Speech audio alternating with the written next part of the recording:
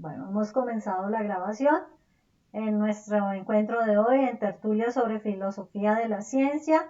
Nuestro tema para la jornada de hoy se titula Defender la integridad de la física.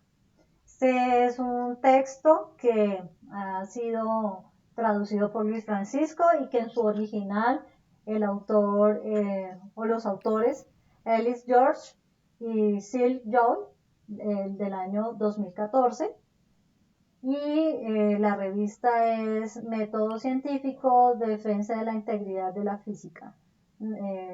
Perdón, el título de todo el texto. Y la revista Nature, la número 516, entre las páginas 321 a 323. Entonces aquí vamos a ir de a poquito, en poquito, mirando, porque en el tema de la física y sobre todo pues la filosofía de la física tiene unos detalles y unos asuntos que, que no son tan, digamos, directamente abordar, sino que hay que primero hacer unas explicaciones y eso pues también ayudará a entender un poco por qué el debate se da específicamente en ese sentido de cómo se plantea en este texto, dado que eso, estamos hablando, digámoslo, de unas entidades que no son observables de manera directa, es decir, de que tienen una construcción teórica de la cual de esa construcción teórica obedece también a todo un debate o del edificio del conocimiento científico que han construido durante varios siglos los físicos y que eso pues a su vez trae este tipo de debates que en este momento se quieren presentar con este texto. Es así como hablando de que el artículo fue publicado en el año 2014, pues esos debates son en cierta medida como complejos, yo no diría preocupantes porque es como un juicio de valor, sino que tienen unos grados de complejidad que hacen interesante precisamente la tertulia de la tarde de hoy, porque tienen niveles de profundidad también en cuanto a la formación del profesional en filosofía de la ciencia. Y esto, en el momento de buscar su aplicabilidad, tiene también otro nivel de complejidad, dado que los fenómenos sobre los cuales se aborda el problema, pues no son de acceso fácil. No todas las veces tendríamos la posibilidad, como sucede, por ejemplo, en la biología o en la química, de poderlos colocar bajo un microscopio, sino requiere de toda una infraestructura y esa infraestructura pues depende ya de unos sistemas de investigación muy grandes. Es decir, aquí tenemos diferentes niveles de complejidad y por eso creo que eso también será útil irlo desmenuzando de a poco para poder entender por qué el debate. Entonces, bueno, gracias Luis Francisco nuevamente por estar aquí, gracias también por siempre las apreciaciones que son muy didácticas y explicaciones que yo sé que a los que vean este video van a ayudarle muchísimo a tener esas precisiones. Gracias por la introducción, Astrid, y un saludo también para Estela. En el día de hoy estaremos solamente los tres. Eh, este video será de mucha utilidad para todos nosotros y seguramente para las personas que lo vean en el canal de YouTube, tertulias sobre filosofía de la ciencia. Intentaremos ser lo más didácticos posibles porque aquí se configuran eh, varias teorías y componentes de teoría que están vinculadas con física teórica, cosmología y astrofísica. Entonces vamos a ir de a poco con ello. Vale decir entonces, iniciando el trabajo de George Ellis y Joyce Slick, que este ejercicio de defender la integridad de la física es un esfuerzo por colocar en la palestra de la comunidad científica internacional, por eso el artículo fue publicado en la revista Nature en el año 2014, un debate que se empezó a dar en los círculos de la física a partir de ese año, porque se viene dando a partir de esas fechas un giro que los autores han considerado preocupante. ¿En qué consiste esto? Pues que ante las dificultades para aplicar las teorías fundamentales al universo observado, a aquel a que empíricamente se puede tratar a través de los dispositivos tecnológicos que hoy se tienen para contribuir a la observación de los fenómenos del universo. Hay unas dificultades, pues algunos investigadores también pidieron que se diera un cambio en la forma en que se realiza la física teórica. Esto implica también explicar qué es la física teórica, porque, a ver, pues tenemos que la física no es una sola, como habitualmente las personas pudieran pensarlo en la cultura cotidiana.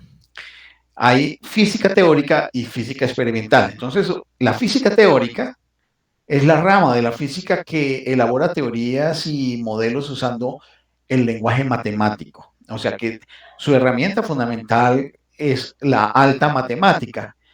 Y esto lo hace con el fin de explicar y comprender fenómenos físicos, aportando las herramientas necesarias no solo para el análisis, sino para la predicción del comportamiento de los sistemas físicos, a través de un modelado que es de carácter matemático.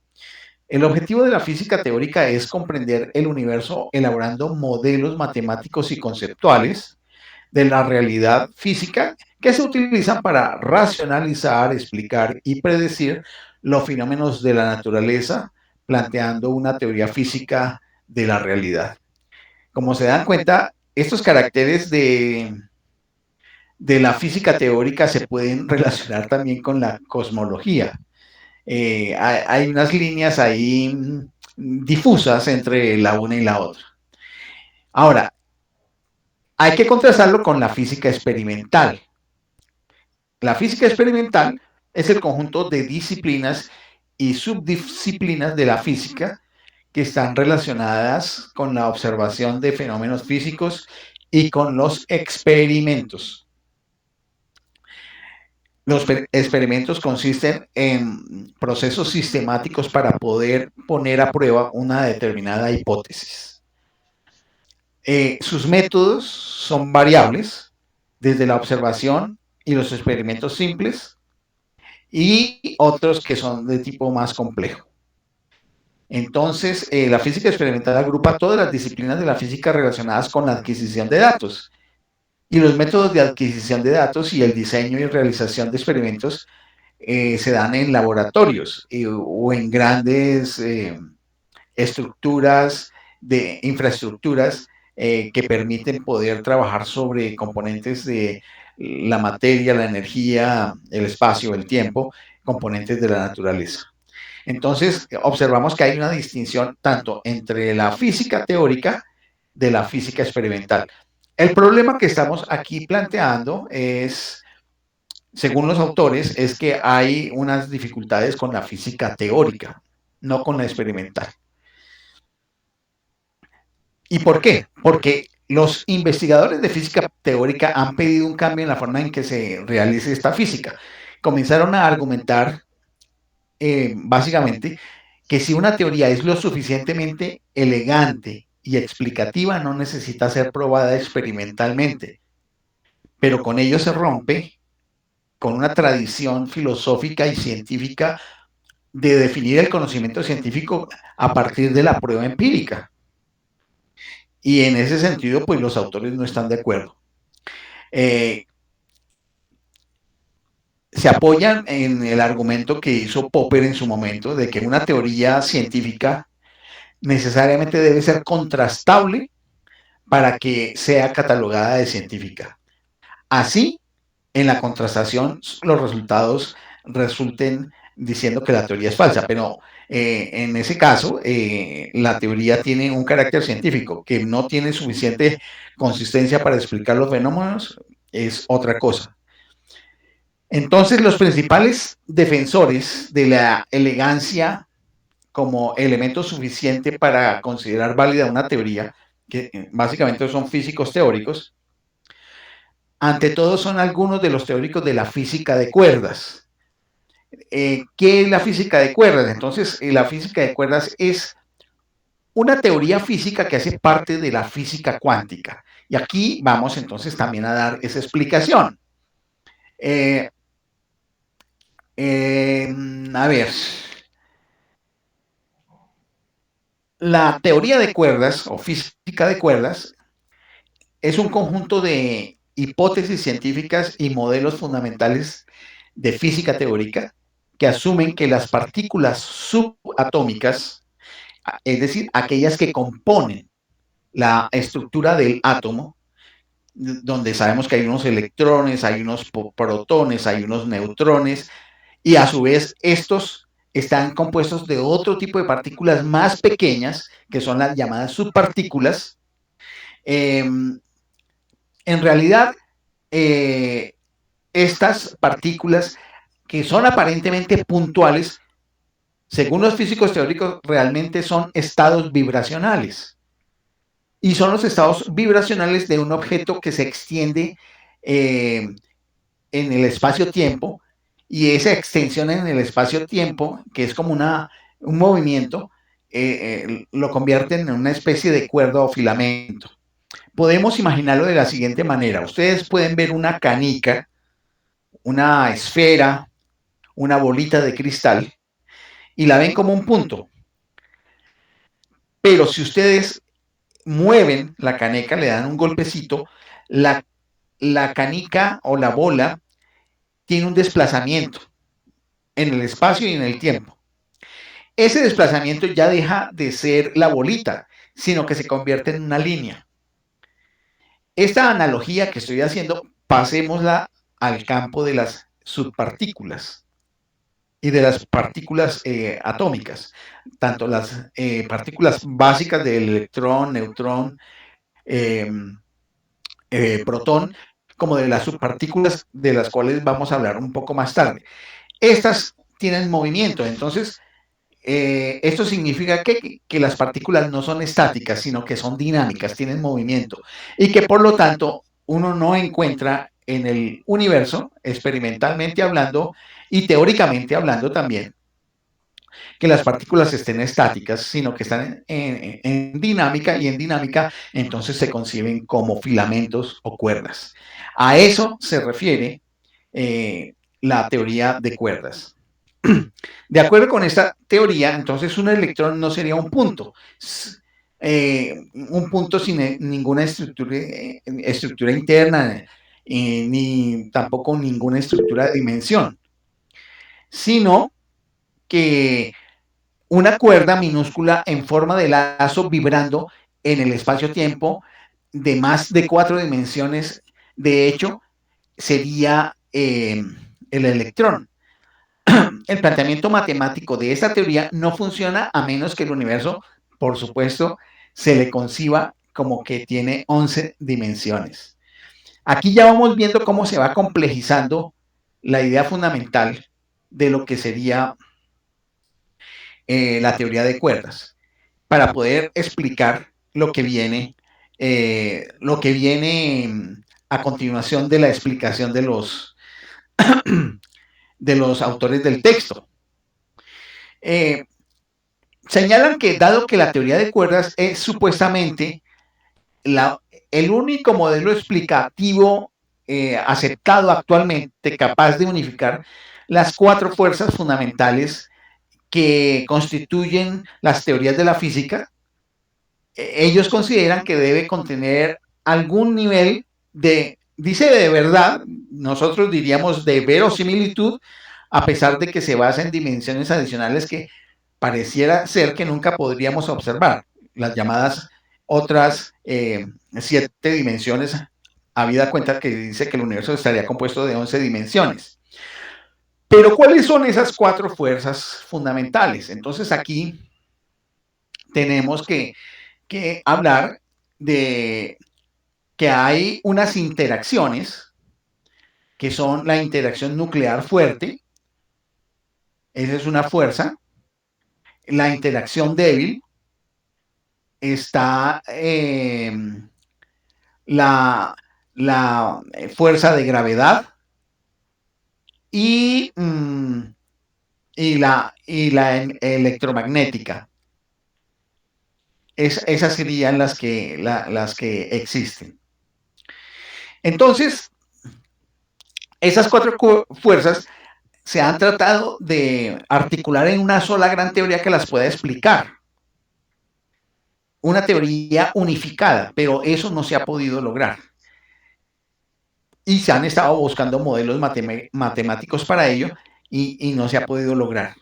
Entonces, algunos, llamémoslo así, cosmólogos, que no son estrictamente astrofísicos ni físicos teóricos, sino son aquellos investigadores que se interesan por conocer la estructura y la evolución y naturaleza de lo que es el universo, del cosmos.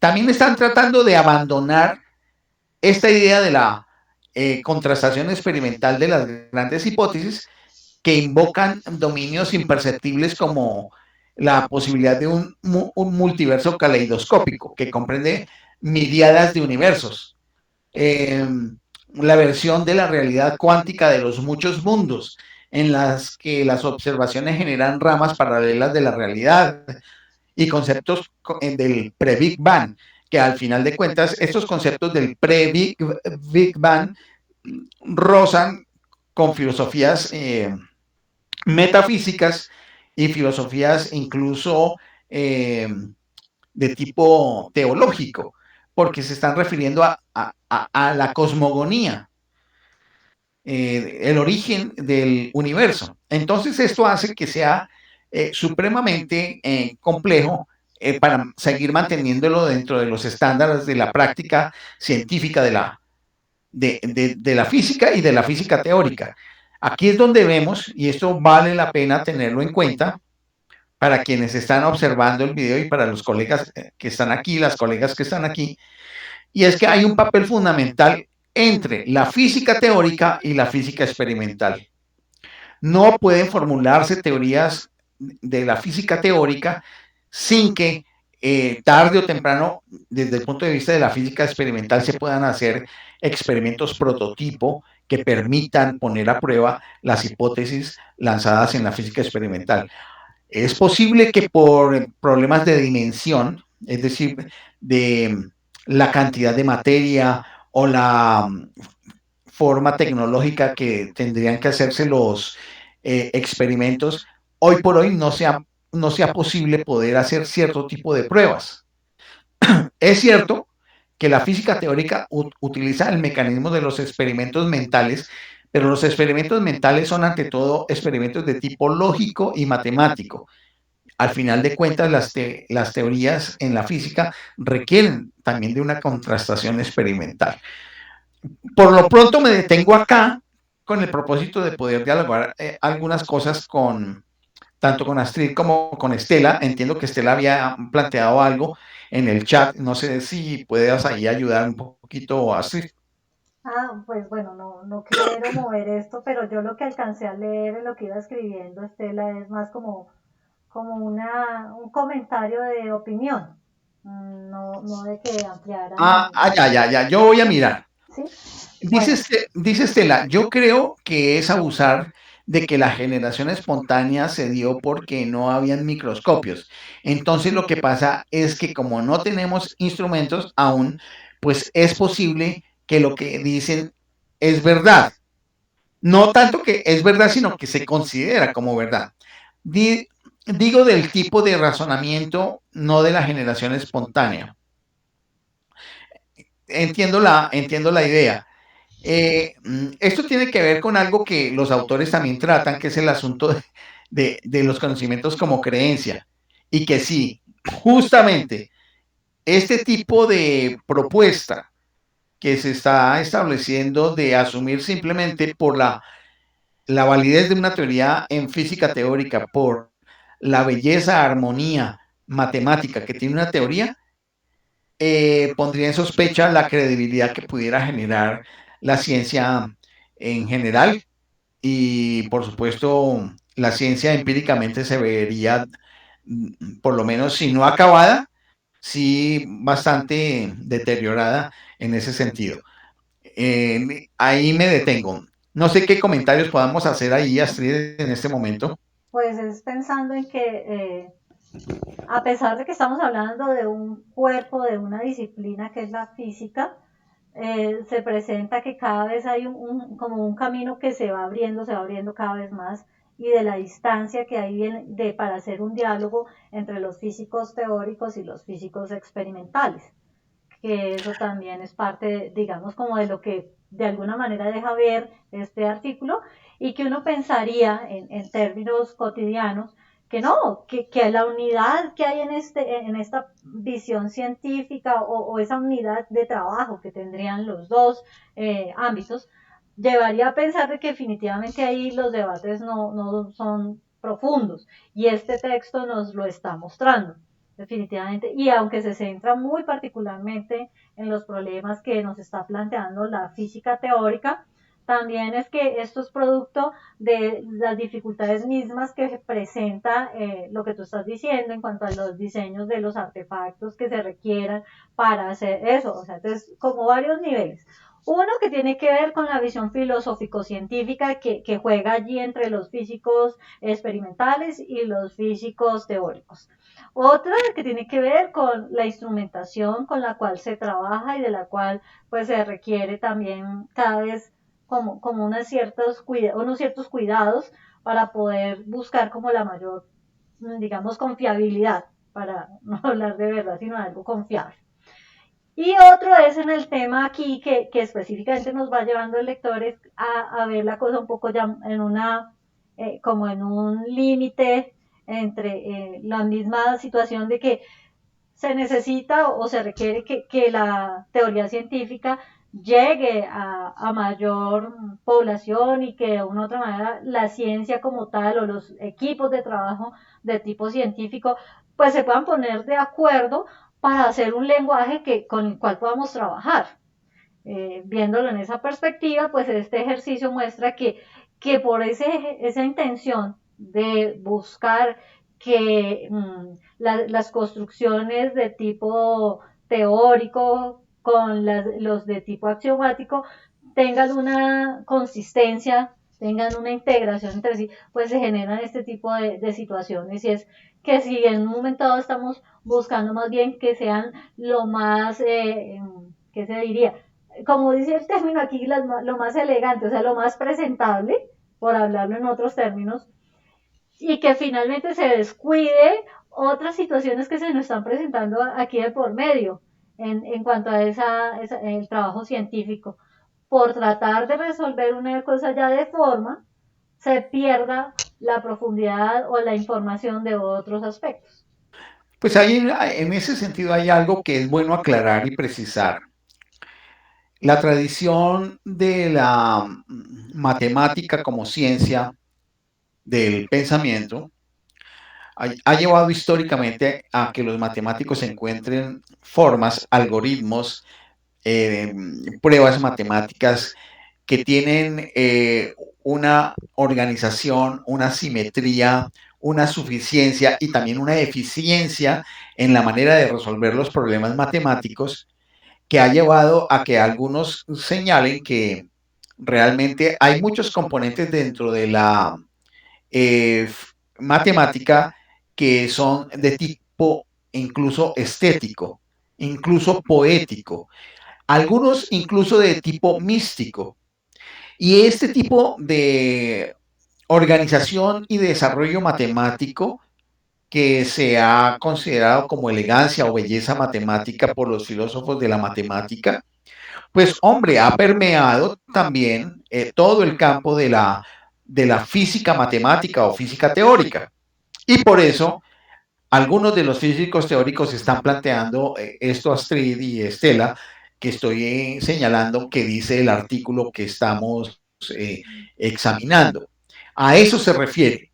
No tiene que ver con presentaciones externas, sino tiene que ver con unos niveles de armonía matemática en las formas de demostración, en los algoritmos y en las maneras de hacer síntesis en los desarrollos para obtener resultados de corte matemático. Ese es en ese sentido la elegancia o belleza matemática. Cuando se traslada eso, de que solamente bastaría esa elegancia matemática que implica una consistencia matemática, por supuesto, pues para los físicos en general, los físicos experimentales en particular, no resulta suficientemente convincente. ¿Por qué? Porque si ha habido una tradición dentro del desarrollo de las ciencias es la posibilidad de hacerla contrastar de manera empírica. De hecho, el nacimiento de las ciencias de la naturaleza se generó a raíz de ese desprendimiento de la filosofía natural, porque fue hacer la experiencia. Y este es un asunto que no debemos perder en cuenta tampoco los que nos dedicamos a la filosofía de la ciencia.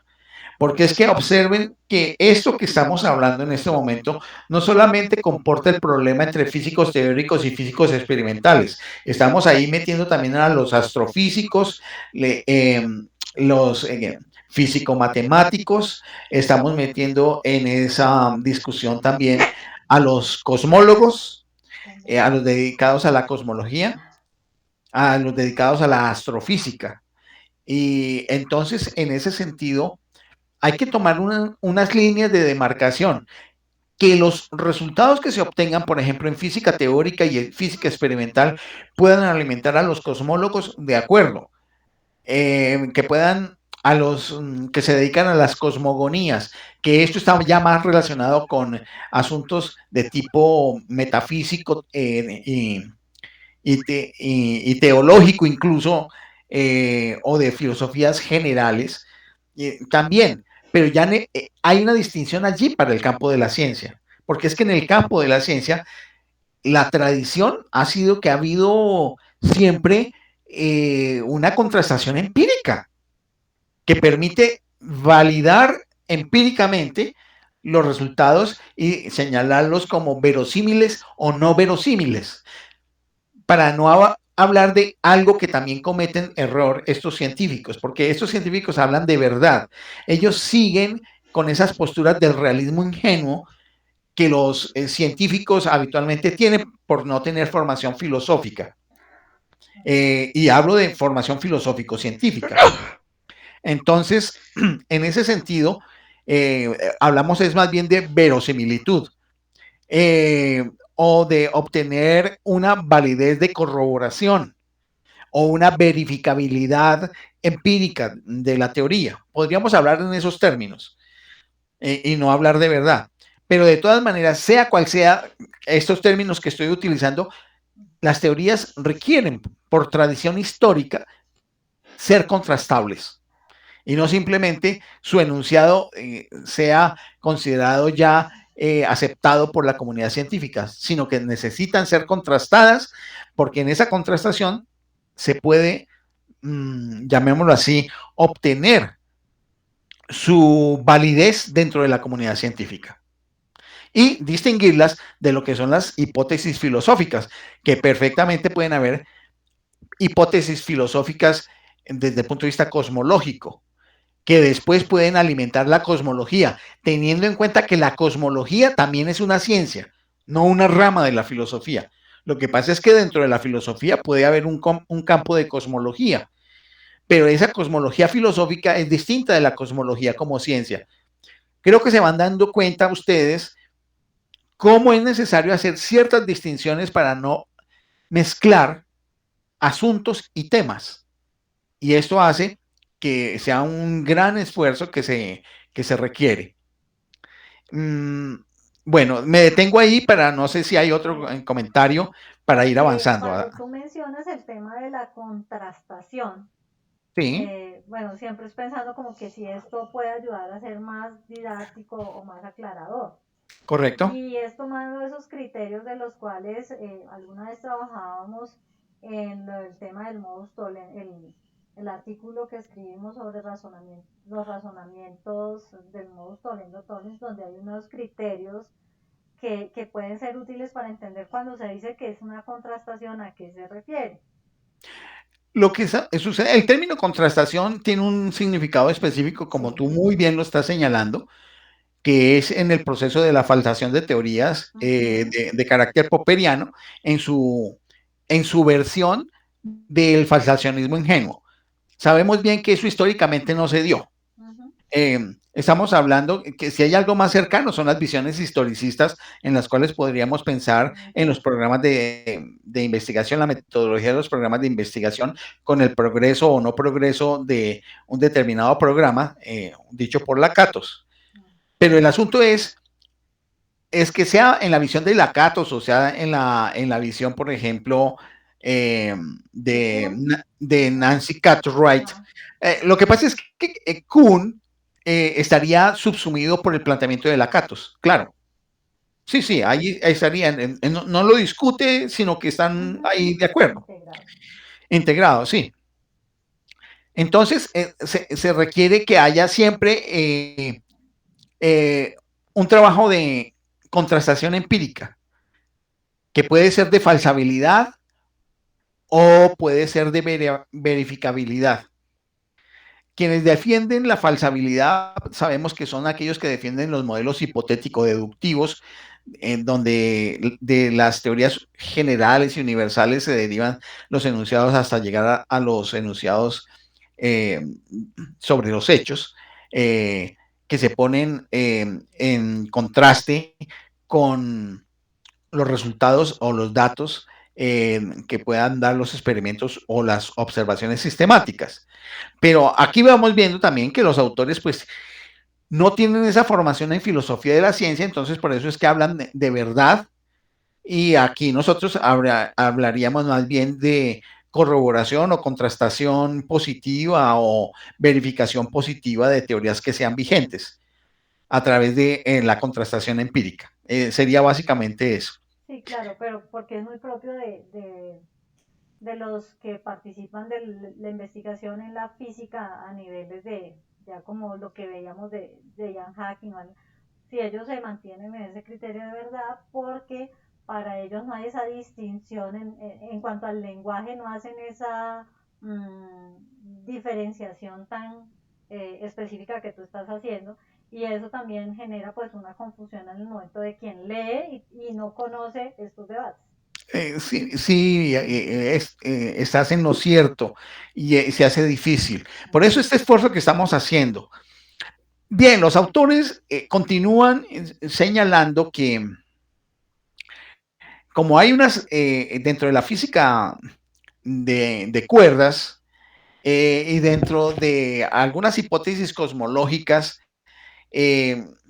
pues estas hipótesis por ahora no probables son bastante diferentes de las que se relacionan directamente con el mundo de los hechos. Ellos hablan del mundo real porque siguen pensando en términos de un realismo ingenuo. Directamente con el mundo de los hechos que hoy es accesible a los métodos experimentales y los cuales se pueden contrastar mediante observaciones, como el caso actual, porque antes no se podía hacer como el modelo estándar de la física de partículas, y la existencia de materia oscura y de energía oscura. Vamos a ir por partes ahí. ¿A qué nos referimos con la modelo estándar de la física de partículas?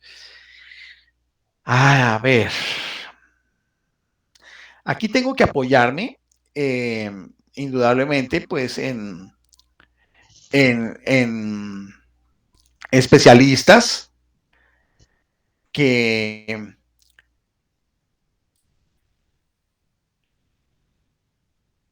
indudablemente pues son los que manejan estos conocimientos y de los cuales pues yo tengo solamente una información general.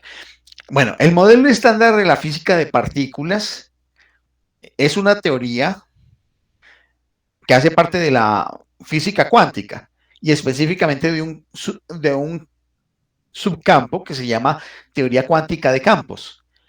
Esta fue una teoría que se desarrolló entre 1970 y 1973 y está basada en las ideas de unificación y simetrías. Este concepto de simetrías es fundamental dentro de la física porque es la búsqueda de equilibrios para que matemáticamente sean compatibles ciertas explicaciones que se encuentran en los fenómenos de la naturaleza.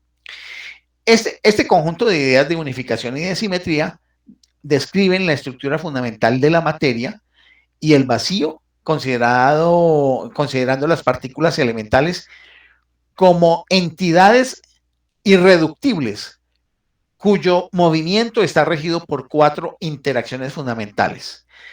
Habitualmente, en el mundo cotidiano se le llaman fuerzas, pero ya en los especialistas en la física, ellos hablan de interacciones porque son dinámicas entre estas entidades eh, que, que, indudablemente, pues estas interacciones fundamentales son las fuerzas que mencioné hace un rato, exceptuando la de la gravedad, porque la de la gravedad, según la teoría de la relatividad, no es una fuerza, sino es una curva que se genera por la masa del espacio-tiempo a nivel de los grandes cuerpos, a nivel cósmico, y que está explicado por la teoría de la relatividad general. Por supuesto, pues esta no encaja en los modelos matemáticos del mundo cuántico. Ahora bien, la palabra modelo, que estoy hablando del modelo estándar de la física de partículas, viene de la década de los años 70, cuando no había una suficiente evidencia experimental que confirmara el modelo. ¿Y eso qué explica? Que un modelo aparece en física teórica y entonces el modelo tiene una serie de componentes que son teóricos y que son básicamente matemáticos. Y la matemática se forma a través de modelos. Los modelos son como estructuras básicas que permiten ver cómo funciona algo de la realidad. Y ya después, cuando puede hallarse el correlativo experimental, pues indudablemente ya no sería un modelo porque deja de ser un componente teórico. Y allí entendemos cuál es el origen de la palabra modelo.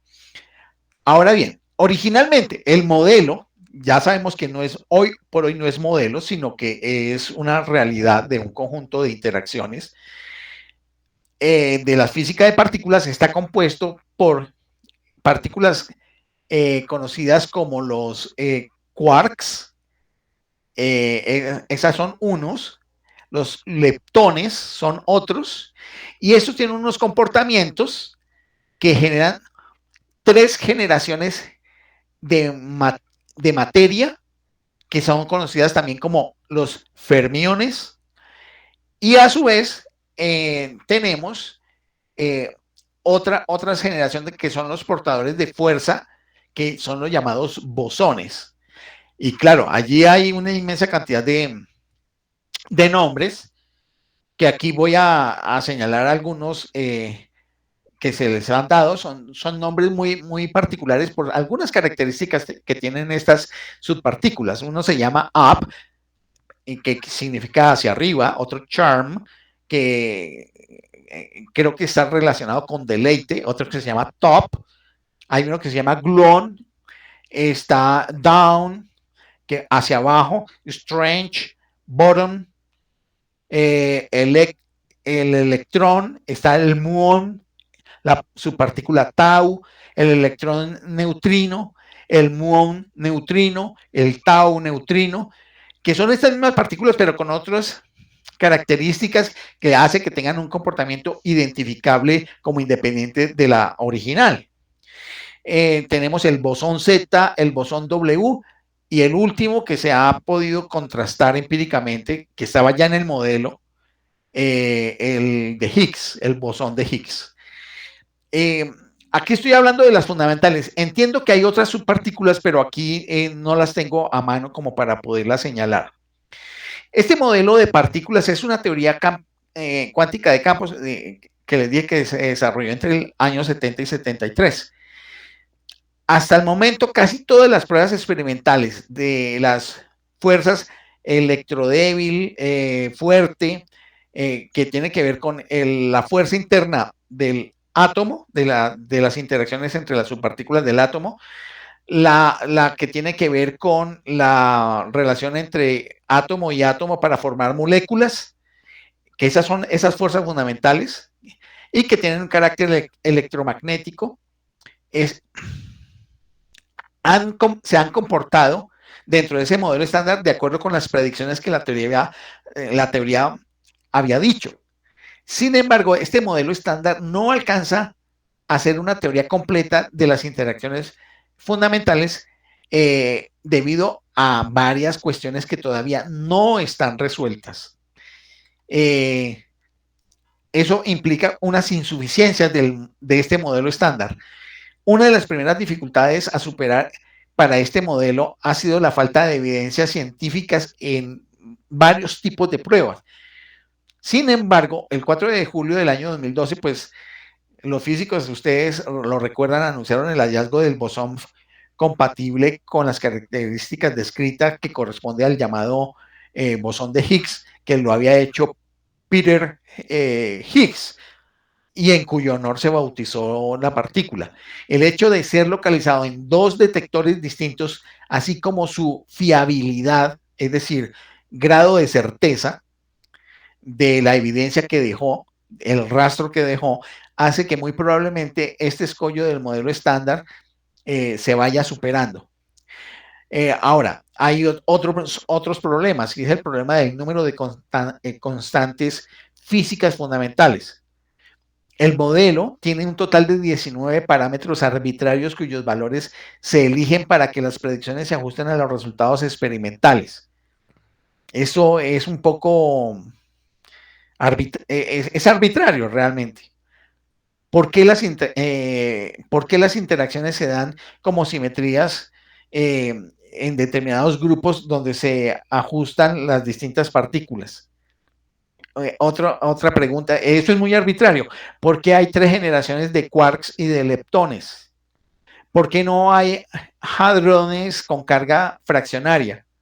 Que son otras de las partículas que no había mencionado, pero que les dije que existían, a pesar de que sus constituyentes, los quarks, sí las tienen. Hay otro problema. ¿Cuál es el origen de las masas de los leptones? Ya recordemos que la masa es la cantidad de materia. La masa es la cantidad de materia y tiene un peso. Y de los leptones y de los quarks o la aparente jerarquía de masas que pudiera haber entre ellos. Entonces, hay muchos parámetros que son arbitrarios dentro de este modelo estándar del modelo de física de partículas, que hace ver, pues, que ese es el carácter de la física teórica. Tiene algunas posibilidades de contrastación, pero hay otra serie de problemas que tiene. Entonces, con esto estamos tratando de hacer entender que todo lo que tenemos en física no son verdades, sino que son elaboraciones que algunas pueden tener contrastación empírica y hay otras que son puros supuestos. Espero que esto que ha avanzado hasta el momento pueda ser entendido. Lo otro es ya a nivel cosmológico lo que corresponde a materia oscura y energía oscura. Aquí, entonces, vamos a ver cómo hacemos esto. Perdón, pero antes de que avances como mientras vas buscando ahí, Sí. lo que va sugiriendo, todo esto que nos explicas, es que precisamente eso pasa con, estamos hablando solo de una teoría, que es precisamente El modelo estándar el modelo estándar. de subpartículas. Pero eso también significa que hay otras teorías que pasan por experiencias como estas, que es, por ejemplo, Sí, no, totalmente muy bien, Astrid. Sí, sí, sí. como para mientras vas buscando, es como para ir haciendo el comentario. Y entonces pasaría, digamos, pues en otras características, pero en el sentido de que también tiene su grado de complejidad en cuanto a las que tienen que ver con cosmología. Pues esas son las que vamos Bueno, a era como tratar para en ir este momento. ayudando ahí en el sentido Muy, mientras sí, buscamos. sí, no, y te lo agradezco, Astrid.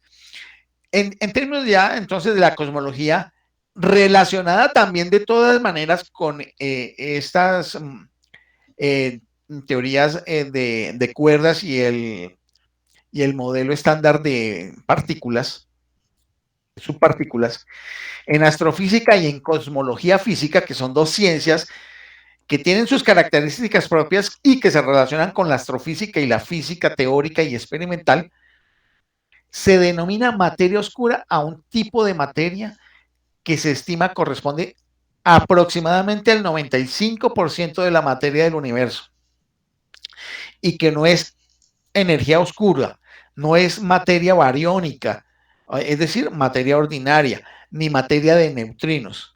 Su nombre hace referencia a que se considera que no emite ningún tipo de radiación electromagnética, como es el caso de la luz. O sea, no emiten luz. De hecho, no interactuaría en ninguna forma con la radiación electromagnética, siendo completamente transparente a todo espectro electromagnético. ¿Y qué sucede cuando eso es así? Que no va a sensibilizar ninguno de los dispositivos, aparatos o herramientas que tenemos.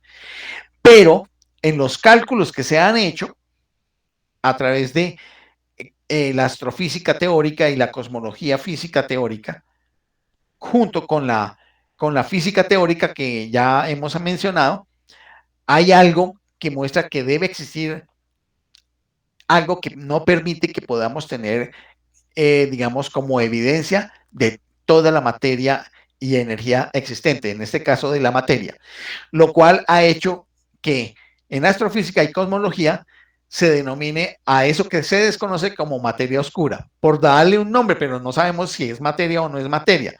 Esta es una suposición que necesariamente tiene un componente metafísico, como se pueden dar cuenta. ¿Qué significa esto? Dentro de las tertulias a lo largo de todos estos casi 2 años, hemos señalado que no podemos eludir la metafísica y llega un momento en que la metafísica invade, por ejemplo, la configuración de ciertos componentes de teoría científica porque no tenemos cómo hallar ciertos huecos que se nos presentan. Entonces, su existencia se puede inferir a partir de sus efectos gravitacionales en la materia bajo la consideración de la mecánica de Newton, tales como el movimiento de las estrellas o de las galaxias, que de pronto tienen un movimiento que no sería regular si no existiera algo que hace que se afecte ese movimiento por las observaciones que van teniendo los astrónomos. Así como en lo que ellos han denominado las asinotropías, que es la propiedad general de la materia según la cual las cualidades como la elasticidad, temperatura, conductividad, velocidad de propagación de la luz varían según la dirección en que son examinadas. Entonces, así como en las anisotropías del fondo cósmico de microondas presente en el universo. Ese fondo cósmico de microondas es una forma de radiación electromagnética que fue descubierta en el año 1965 y que llena el universo por completo, y también se llama radiación cósmica de microondas, radiación cósmica de fondo, o radiación del fondo cósmico, que es la que permite entender incluso lo más lejano del cosmos que hemos podido observar, que tiene que ver con 13.700 millones de años. Entonces, a esto se refiere la materia oscura. Ahora bien, entonces vendría, ¿y qué es la energía oscura? Si la materia oscura es el 95%, según veíamos hace un rato, ¿qué es la energía oscura? Entonces, en cosmología física, la energía oscura es una forma de energía que estaría presente en todo el espacio, produciendo una presión que tiende a acelerar la expansión del universo, que eso es otra de las hipótesis que hoy gravita en la ciencia, y es que el universo está en constante expansión, resultando en una fuerza que es gravitacionalmente repulsiva, donde todos los cuerpos galácticos se repulsan entre sí. El considerar la existencia de la energía oscura es la manera más frecuente de explicar las observaciones recientes de que el universo parece estar en expansión, como les decía, y en una expansión acelerada desde hace unos 6.000 millones de años. Claro, esto entraría en un contraste tal que pondría en duda, por ejemplo, la teoría de la relatividad. ¿Por qué razón? Porque de acuerdo con la teoría de la relatividad, la velocidad máxima posible dentro del universo conocido sería la velocidad de la luz. Pero si existe esta energía oscura que acelera el proceso de expansión del universo, entonces podríamos encontrar que puede llegar el momento en que existan incluso cuerpos de materia y energía que se estén desplazando con respecto a otros cuerpos en el proceso de expansión a velocidades mucho mayores que la de la luz, lo cual haría, hasta donde conocemos nosotros, que fuese imposible poderlas observar, porque nosotros lo que observamos es justamente los registros de la velocidad de la luz, de los registros de la energía electromagnética que viene acompañando la luz, la energía de la luz, y entonces en ese caso serían indetectables, lo cual llevaría a que el universo tiene una entidad que es solamente parcialmente o muy parcialmente mmm, contrastable, llamémoslo así, observable y por lo tanto identificable. Entonces, teniendo en cuenta eso, los autores, al señalar que estas hipótesis no tienen una contrastación posible actualmente, y señalan que al modo de ver de ellos, la física teórica corre el riesgo de convertirse en una tierra de nadie entre las matemáticas, la física y la filosofía, que no cumple realmente con los requisitos de ninguna de estas áreas del conocimiento o de la actividad académica. Quisiera parar por lo menos un momento ahí para dejar que tú hagas algunas reflexiones, Astrid, al respecto, y me permites unos 2 minutos, cierro aquí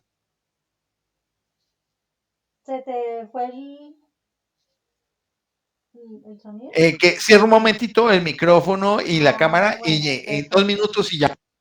Pues es que esto que estaba presentando Luis Francisco lo que demuestra es que los grados de complejidad que tiene si el comprobar una teoría se trata.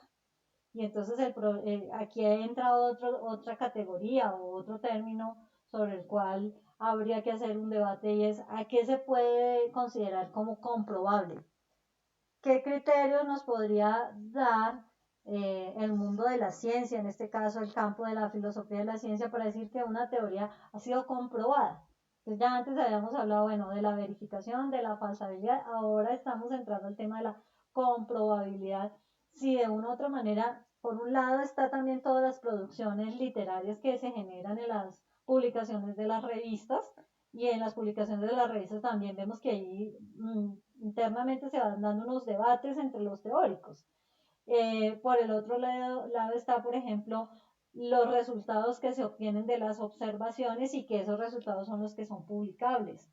Y específicamente hay alguien que, bueno, hay un par de filósofos y físicos, como son perdón, un teórico y un filósofo, el teórico Richard David y el cosmólogo Scan Carroll, que buscan zanjar esas discusiones entre lo que es comprobable y lo que finalmente pone en vilo a este campo del conocimiento, y hacen una serie de críticas para eh, pasar al debate, no en términos de que tengamos una lista de condiciones con las cuales se podría hacer como una lista de chequeo y que diga si cumple o no cumple este requisito tendría validez la teoría. No, sino más bien, vea, hagamos de estos debates una revisión desde la perspectiva filosófico-científica que nos permitan ver a cada teoría, a cada debate, por decirlo así, como los que estaba presentando Luis Francisco, en su contexto específico, para no hacer generalizaciones y mirar qué es lo que están debatiendo internamente. Ese debate que se podría ver como casos, como si estuviéramos haciendo estudio de caso para evitar hacer generalizaciones, que es lo que estoy comentando. En el caso del argumento que presentan Richard Dawit y el cosmólogo Scan Carroll. Y Estela dice, es que si no hay comprobación, ¿cuál sería el parámetro? Pues Por eso es lo que creo que discuten los dos autores del artículo que estamos examinando hoy, porque habitualmente la tradición en la ciencia de la naturaleza ha sido el poder hacer contrastación empírica de las teorías que se ponen a prueba. Pero si aquí se elimina el poner a prueba una teoría y solamente vale la consistencia matemática que pueda tener, la consistencia lógica que pueda tener, eh, queda en el entredicho el carácter de verosimilitud que pudiera tener la teoría para explicar lo que está sucediendo. Y simplemente en qué se diferenciaría ello de los mitos y leyendas acerca de cómo funcionan las cosas en otras áreas del conocimiento y la cultura. Por supuesto, los posmodernistas señalarían es que efectivamente las teorías científicas se constituyen en un metarrelato tal como los tienen las teogonías, las cosmogonías, las explicaciones culturales acerca de los espíritus y cosas por el estilo. Pero una de las cosas que ha distinguido la práctica de la actividad científica es justamente la posibilidad de hacer contrastación empírica para ver si desde el punto de vista de los hechos lo que señalan las teorías coinciden o no coinciden.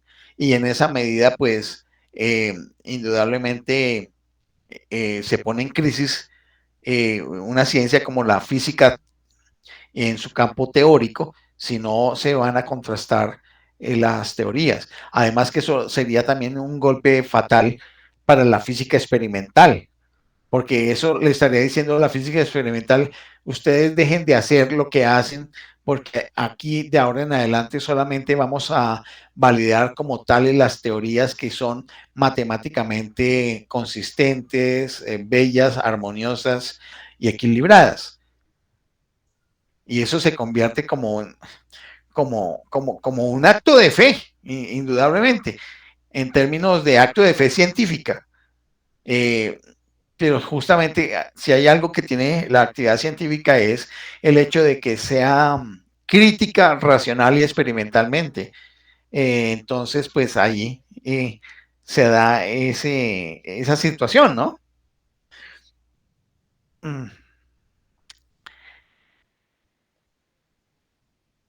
Bien,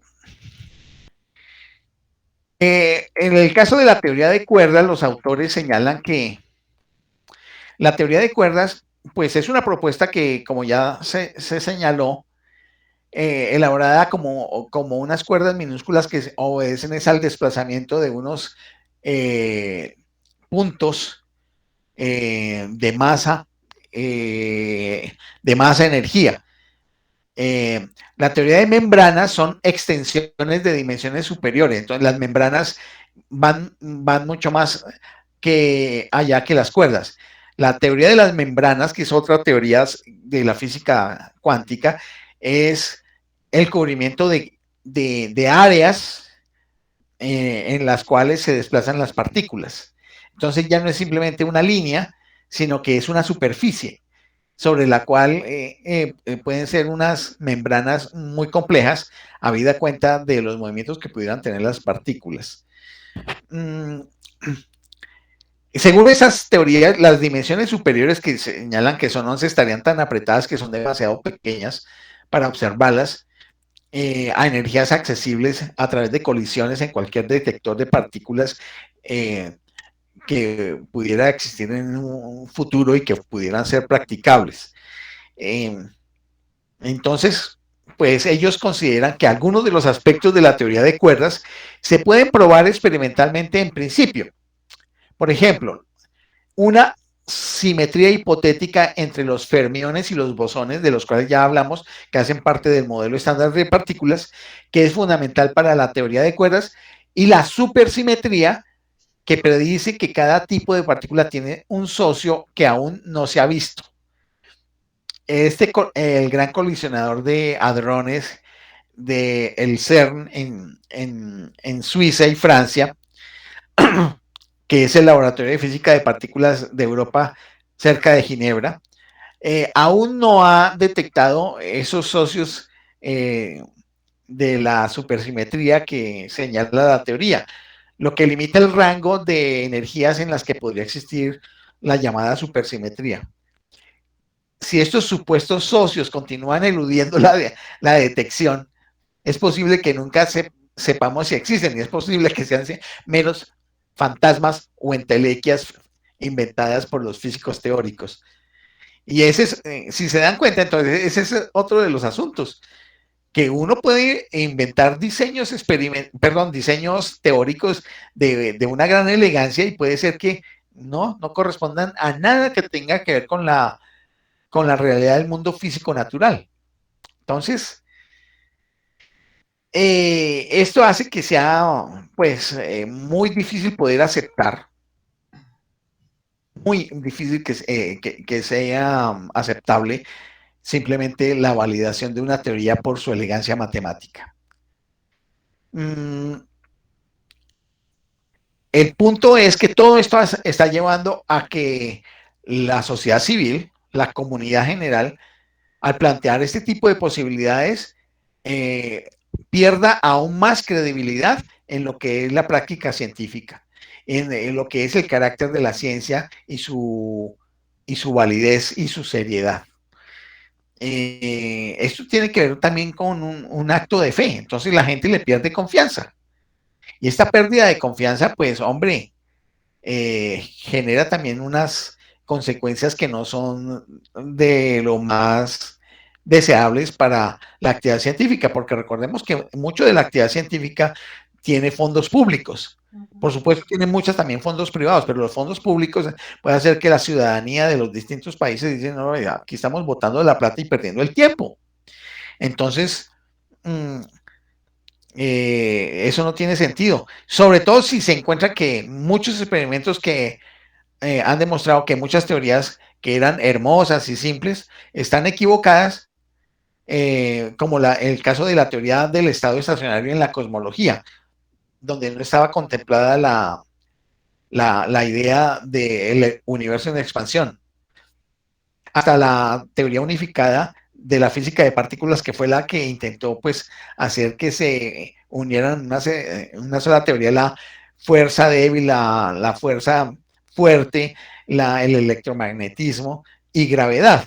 No fue posible y eso hizo que hubiese una revocación de las teorías de esas propuestas teóricas en un momento determinado, ya a finales del siglo XX. Entonces, dicen los autores que no podemos saber que no puedan existir teorías alternativas, hay que mirar esas posibilidades. Y es posible que no se hayan encontrado todavía. O realmente, pues que las teorías que tenemos ahora no puedan ser contrastadas aún, pero que puedan ser contrastables posteriormente. También es cierto que no necesariamente haya la necesidad de que exista una teoría general que reúna las 4 interacciones de partículas que señalamos anteriormente. Si estas energías difieren unas de otras, pudiéramos pensar que tienen su motivo de por qué son así y que tal vez con una teoría de mayor desarrollo que todavía no sea accesible para nosotros, luego pues podamos entender. Ahora bien, no sabemos si la expresión universo sea también real, porque es que cuando hablamos de universo es como si hubiese una unidad del verso de la existencia del ser del mundo. Y de pronto no hay universo y de que las teorías de las fuerzas fuertes, débiles y electromagnéticas no se puedan combinar con la de la gravedad. Entonces no necesariamente hubiese una sola teoría explicativa de la física. No sé, sería eso por este lado. No sé si hay comentarios adicionales ahí. Pues lo que uno va viendo es que esos, bueno, que se vuelven, yo los llamo mitos, para la gente como considerar de que es que la ciencia está unificada, es que ya esa es la última versión. ¿Por qué lo digo? Por las experiencias que nos ha correspondido vivir en el planeta en estos 2 últimos años, donde se ha vuelto los conocimientos científicos o lo que nos dicen públicamente como conocimientos científicos como si estuvieran hablándonos de la verdad revelada, desconociendo que mire todo lo que hay de profundidad en el asunto y que esto no es para tomarlo a la ligera, ni para que entonces las personas consideremos que el campo de la ciencia es como si encontráramos el camino a la salvación, de que eso nos va a liberar a la humanidad de ciertos problemas. Yo creería que al contrario, nos trae más problemas porque nos obliga a tener un pensamiento más exigente o por lo menos con mayor criterio para poder entender estas cosas. Y creo que esto hace parte de cómo cultivarnos en el pensamiento y en la filosofía científica para ir Sí, derribando como esos criterios. sí, buena reflexión al respecto. Eh, Hay otros campos, como por ejemplo la consideración tanto de físicos como de cosmólogos de la existencia de los multiversos. Consideran que el multiverso no tiene rival como explicación de muchas coincidencias que puedan ser por demás extrañas. ¿Por qué? Porque hay el bajo valor de la constante cosmológica se sabe que es 120 factores de 10 menor que el valor predicho por la teoría cuántica de campos. Es difícil de explicar, por ejemplo, esa diferencia. ¿Por qué? Porque una cosa señala la teoría cuántica de campos, que tiene que ver con todo el asunto de la microfísica, de la física de lo inmensamente pequeño, y aquí valga el uso de este oxímoron, de lo inmensamente pequeño, para poder entender a qué nos referimos, con respecto a lo que sucede a nivel de las grandes masas y grandes espacios cósmicos. No hay unas coincidencias y eso hace que, por ejemplo, esa constante cosmológica no coincida con los valores que se predicen dentro de la teoría cuántica de campos.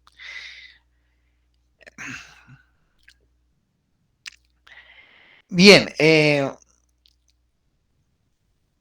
este filósofo Carroll, al cual se refirió Astrid en un momento determinado, en el cual defendía, también ignorando ciertas cosas, que la ciencia tiene que ser contrastable y hablaba de la falsabilidad de Popper, estamos hablando de la falsabilidad ingenua. Se nota que no conoce a Lakatos y otros filósofos de la ciencia, que lo señala como un instrumento contundente. Y aquí pues tenemos que hacer la corrección en filosofía de la ciencia. El planteamiento de Popper de la falsabilidad es ya un asunto que desde el punto de vista histórico de la filosofía de la ciencia está suficientemente criticado y depurado, y que el propio Lakatos, discípulo de Popper, lo transformó con la ayuda de los aportes que había hecho Kuhn. Entonces Lakatos tomó la idea de la metodología de los programas de investigación, donde se podría tener en cuenta que una teoría podía ser defendida, otra teoría también podría ser defendida y las dos coexistir, y quedaría como vencedora aquella teoría que tuviera los mayores desarrollos de éxito en las pruebas empíricas que tuvieran, y de acuerdo con la consistencia del núcleo central de la teoría, de su núcleo o cinturón de seguridad periférico, y que en un estilo evolucionista, permanecería aquella que tuviese la mayor capacidad de explicativa y que tuviera mayor cantidad de contrastaciones empíricas exitosas. Y en esa medida ese programa de investigación se mantendría. Es indudable que Carroll no tiene ese conocimiento, pero podríamos adecuar lo que él trata de decir, que los requisitos de que un programa de investigación debe ser definido y debe tener éxitos empíricos y que en esa medida pues tiene su consistencia y su admisión de validez dentro de la comunidad científica. Eso sí, totalmente de acuerdo, sería por ese lado. Por supuesto, la teoría del multiverso podría darse una explicación sin importar lo que observen los astrónomos, pero ahí se convierte pues como en un cuento de hadas. Todas las combinaciones posibles de parámetros cosmológicos existirán en algún lugar y la teoría tiene muchas variables que pueden modificarse, pero solamente como elemento teórico, no tendría manera de contrastarse. Entonces, en ese sentido, también hay unas dificultades para admitir teorías así que alegremente señalan, por ejemplo, que existen multiuniversos. En eso tiene que haber una serie de contrastaciones que puedan pasar la prueba, como ellos, como los mismos autores señalan. Y en esto, pues ellos citan a una física teórica alemana que ha estado muy preocupada por eso, que es Sabine Hossenfelder, que dice que la ciencia post-empírica es un oxímoron. Es decir, es algo que intenta contradecirse a sí mismo para decir una tercera cosa, porque esa es la naturaleza de los oxímorones. Teorías como la mecánica cuántica y la relatividad resultaron bien porque hicieron predicciones que sobrevivieron a las contrastaciones empíricas que se hicieron. Pero a pesar de ello, numerosos ejemplos históricos apuntan a cómo, en ausencia de datos adecuados, ideas elegantes y convincentes llevaron a los investigadores en la dirección equivocada, desde las teorías geocéntricas del cosmos de Ptolomeo a la teoría del vórtice del átomo de Lord Kelvin y el universo del estado estable perpetuo de Fred Hoyle, que hace un rato mencionamos, porque no podía explicar, por ejemplo, la expansión del universo. ¿Esto qué implica? Pues que las consecuencias de sobreafirmar la importancia de ciertas teorías pues son profundas y solamente las metodologías científicas pues aquí están en juego.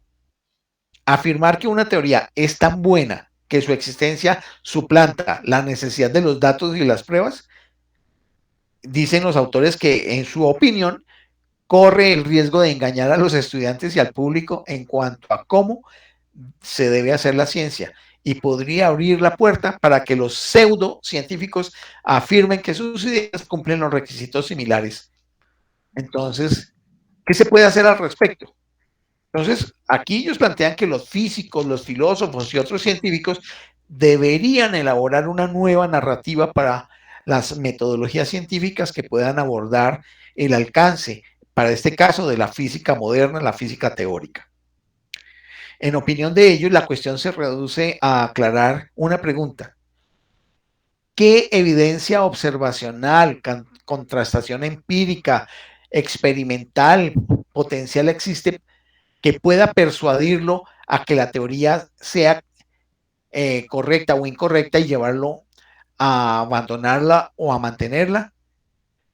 En el caso de si no hay ningún elemento que pueda persuadir la incorrección o la imposibilidad de obtener contrastaciones, es preferible abandonar esa teoría porque no es una teoría científica.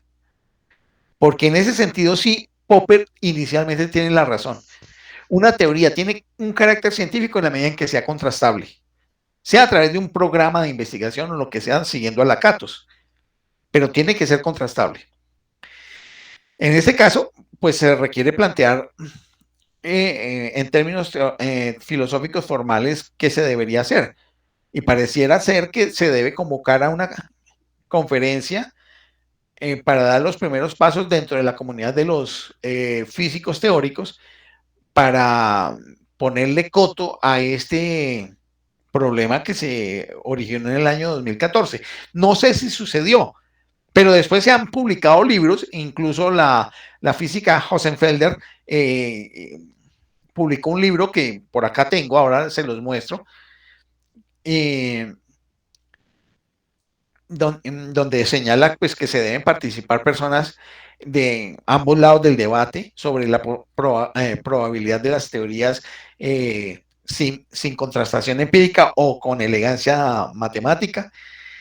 Y por supuesto que hay una responsabilidad para los editores de revistas y los editores de libros, quienes podrían asignar un trabajo especulativo a otras categorías de investigación como cosmología matemática en lugar de física eh, eh, teórica, de acuerdo con la capacidad y la prueba potencial que tuvieran. Esto es como una clasificación.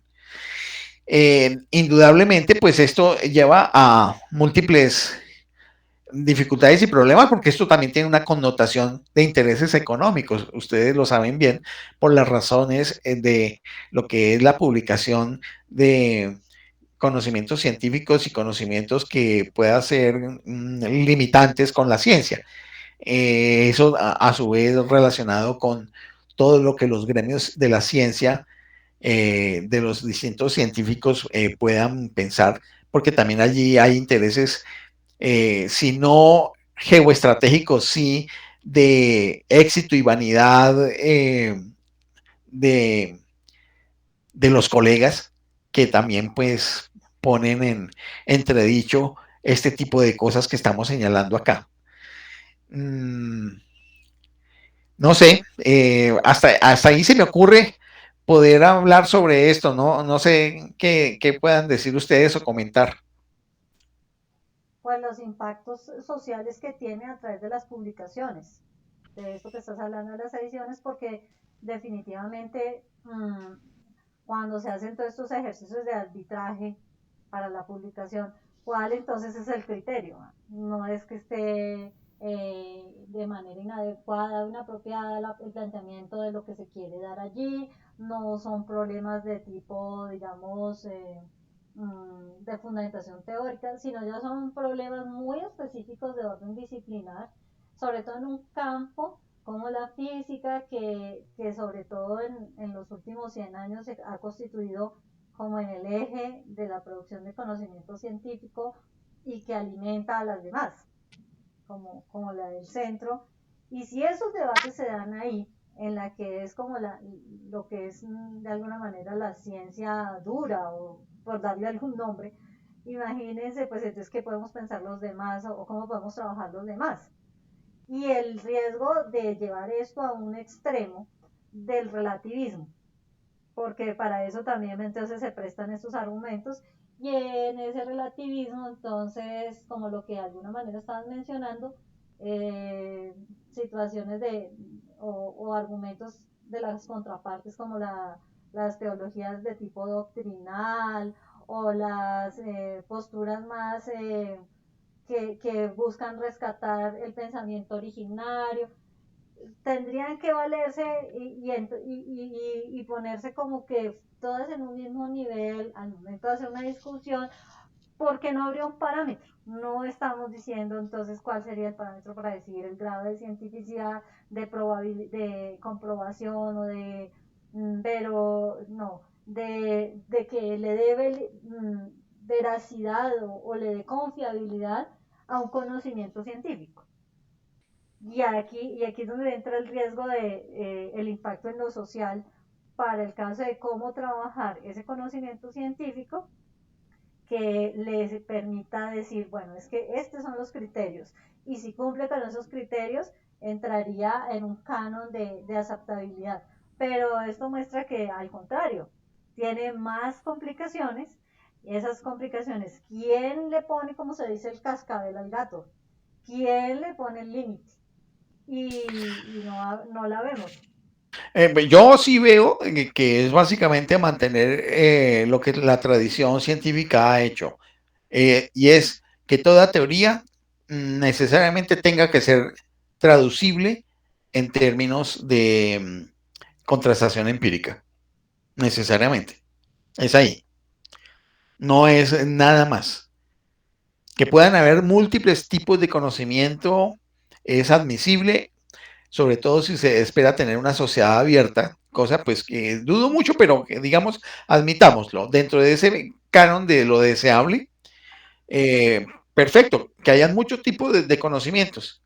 Algunos conocimientos cercanos a los científicos, sin que necesariamente sean científicos, que pueden ser teorías matemáticas sobre posibilidades del universo, pero que eso, si no tienen contrastación, no pueden ser consideradas científicas, a menos que tengan, que sufran una contrastación y que puedan pasar del universo no científico, al universo científico en la medida en que alguien tome esas teorías y alguno de los elementos de esas teorías lo ponga en contrastación si es posible. Porque si no es posible, pues seguirán siendo elaboraciones conceptuales y teóricas de formulación matemática. Y eso me hace acordar, por ejemplo, en metafísica, los metafísicos contemporáneos que hablan de los mundos posibles. Ellos hacen sus elaboraciones con lógicas para mundos posibles. Listo, es un juego lógico, filosófico y está bien. Así perfectamente se podrían hacer unas matemáticas de mundos posibles en los cuales se haga una construcción de cosas, pero eso a lo sumo sería una filosofía matemática, por decirlo de alguna manera, o una matemática filosófica, porque también se puede mirar desde esa perspectiva. Pero si hay algo que caracteriza la actividad científica es la contrastación. Porque es que el propósito original de la actividad de la ciencia, conocimiento, era poner a prueba cómo funciona el mundo. No qué es el mundo, porque eso se lo pregunta la cosmología filosófica, la ontología y esas cosas, sino cómo funciona el mundo. Y para ello está la contrastación empírica. Yo creo que esa es una conclusión clave para esta reunión de tertulia sobre filosofía de la ciencia. No sé, no tendría más yo que decir. ¿Qué más tienes para decir? ¿En el chat? Bueno, listo. Yo lo abro. Listo.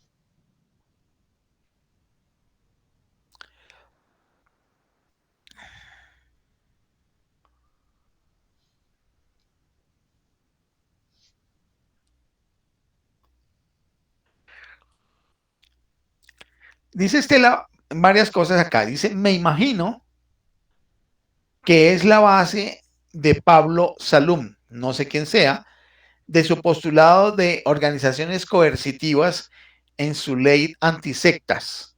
No sé a qué se refiere exactamente, pero debe ser algo que se da en el mundo de sociedad contemporánea.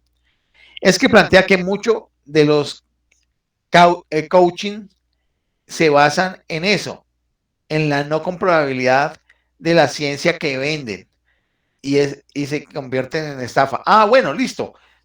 El asunto es que, bueno, evidentemente que el conocimiento científico hoy por hoy se vende de alguna manera a través de su aplicación tecnológica mediante patentes.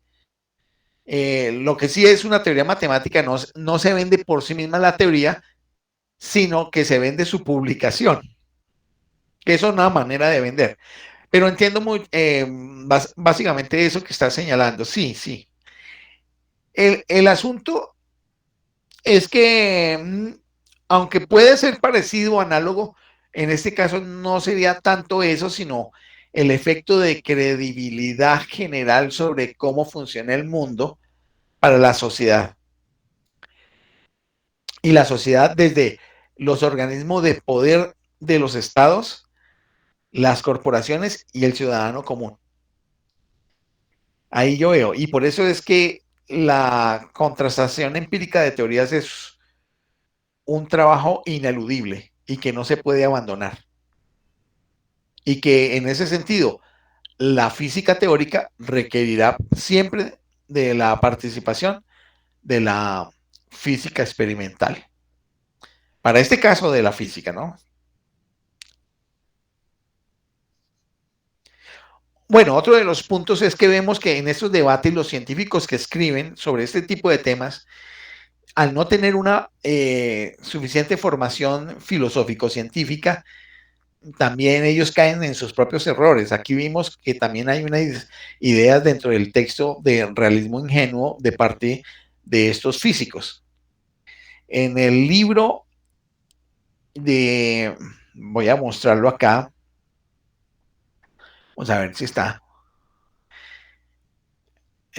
Vamos a ver si está. No lo tengo acá a mano. Pensé que lo tenía a mano. A ver,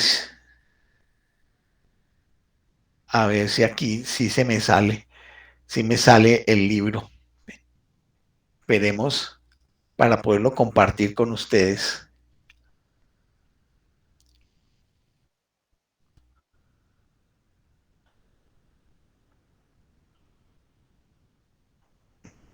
No, entonces por este lado tampoco.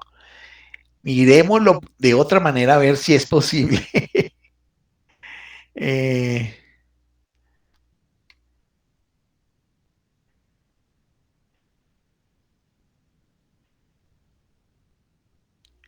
no, me está mostrando es pestañas.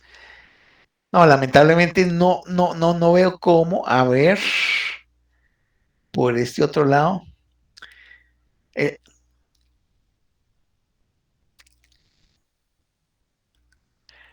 no, veo que no. Bueno, es el libro de... Ah, pues claro, es que no, creo que no lo tengo abierto. Claro, no lo tengo abierto. Claro. Es el libro de la física alemana Sabine Hossenfelder.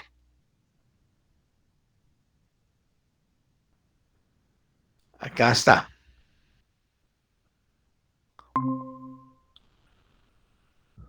Mm.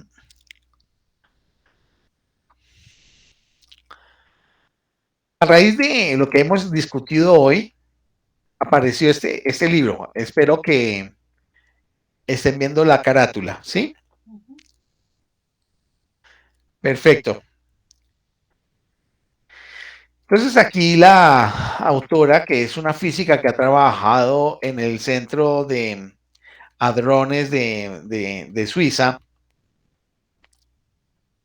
pues tiene estos análisis, ¿no? Reglas ocultas de la física, qué mundo más maravilloso, el estado de la unión, grietas en los cimientos, teorías ideales, la incomprensible comprensión de la mecánica cuántica, una regla para todos, el espacio, la última frontera, el universo, todo lo que hay y el resto, el conocimiento es poder. Y se plantea pues este problema que hoy por lo pronto hemos discutido sobre el asunto de cómo la belleza matemática puede llegar a confundir a los físicos en términos de la verosimilitud que puedan tener sus teorías en su proceso explicativo de cómo funciona el mundo. Entonces, eso quería mostrarles básicamente. Y por lo pronto no tendría yo más que decir. Sí, aquí lo que va mostrando es cómo definitivamente esa relación de ciencia, sociedad, o sea, esos entrelazamientos que hoy se están analizando como más específicamente también por los sociólogos de la ciencia, para ver que hay más redes o más situaciones intermedias que están generando otro tipo de debate. Sí, hay una pregunta que hace Estela de por qué se utiliza la palabra elegante.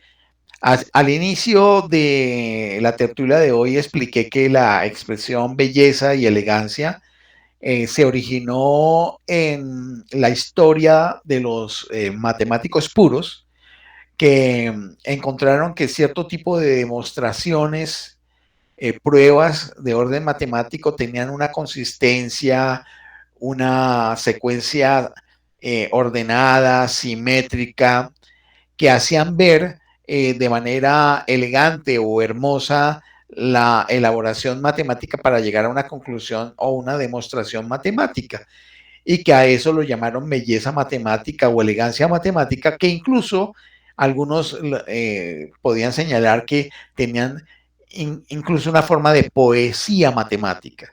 Entonces, a eso se refiere dentro de la matemática pura como ciencia, el hecho de hablar de elegancia o belleza matemática. Ujú.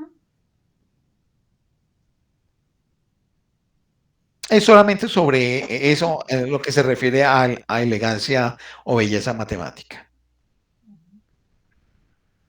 Bueno, pues muchas gracias, Francisco, también por las precisiones, por las aclaraciones y por pues todo lo que estamos cada vez, mm, digamos, como afinando en el pensamiento, sobre todo la filosofía de la física, que es un campo disciplinar que no es muy abordable o no es fácilmente de abordar porque la cultura filosófico-científica que en promedio se tiene, pues no toma tan en cuenta estos temas y creo que también esto nos va abriendo como otros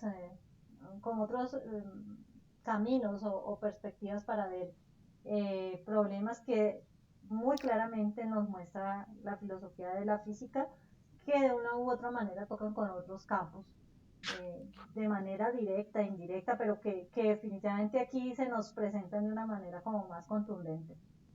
Claro, pues así yo considero que como estudiosos de la filosofía de la ciencia, se puede constituir como un aliciente, sino como un deber, un aliciente, eh, el estudiar teorías de las ciencias que han tenido los mayores logros en los últimos 100 años.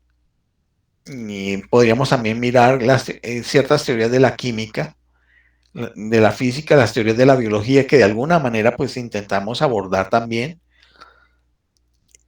Que un filósofo de la ciencia pueda tener por lo menos una cultura general sobre estas teorías es un elemento importante para poder potenciar su capacidad reflexiva a nivel filosófico.